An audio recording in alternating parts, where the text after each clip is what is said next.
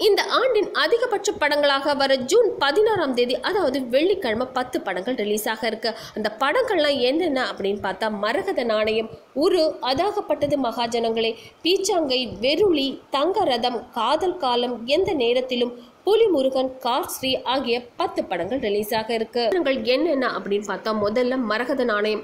ஆதி, நிக்கி கல்ராணி ஆகியோர் இந்த படத்துல நடிச்சிருக்காங்க. இது ஒரு புதையலை தேடி செல்ற திகில் கதை அப்படின்னு சொல்லப்பட்டிருக்கு. அடுத்ததாக உரு. இதுல கலையரசன், தன்ஷிகா ஆகியோர் நடிச்சிருக்காங்க. இது ஒரு எழுத்தாளனுடைய திகில் அனுபவம் அப்படின்னு சொல்லப்பட்டிருக்கு. அடுத்ததாக அதாகப்பட்டது மகாஜனங்களே. இது நடிகர் தம்பி ராமையாவோட மகன் உமாபதி அறிமுகமாகிற படம். இந்த படம் ஒரு கிட்டார் இசைக்கலைஞனோட வாழ்க்கையில நடக்கிற சம்பவங்களின் தொகுப்பு அப்படின்னு சொல்லப்பட்டிருக்கு. மேலும் அடுத்ததாக பீச்சாங்கை. இது புதுமுகங்கள் இணைந்து உருவாக்கியுள்ள ஒரு படம். இந்த படத்துல இடது கை பழக்கம் உள்ள ஒருவனுக்கு வரும் பிரச்சனைகள் பற்றிய கதை தான் எடுக்கப்பட்டிருக்கு. அடுத்ததான் நம்ம பார்க்க போற படம் வெருளி.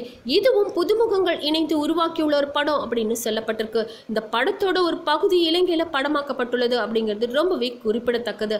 அடுத்ததாக தங்கரதம். இது ஒட்டஞ்சத்திரன் பகுதியில் இருக்க காய்கறி மார்க்கெட்டை மையமாக கொண்டு எடுக்கப்பட்ட படம். இந்த படத்தோட கதை என்ன அப்படின்னு பார்த்தா, 2 டெம்போ ஓட்டுநர்களோட தொழில் போட்டி தான் இந்த படத்தோட கதையா. இந்த படங்கள் தவிர காதல் காலம், எந்த நேரத்திலும் ஆகிய 2 படங்களும் சிறு பட்ஜெட் படங்கள் அப்படின்னு தான் சொல்லணும். மேலும் மலையாளத்தில் வெளிவந்து சரித்திர சாதனை படைத்த புலிமுருகன் தமிழ்ல டப் செய்யப்பட்டு 3Dல வெளியாக இருக்கு.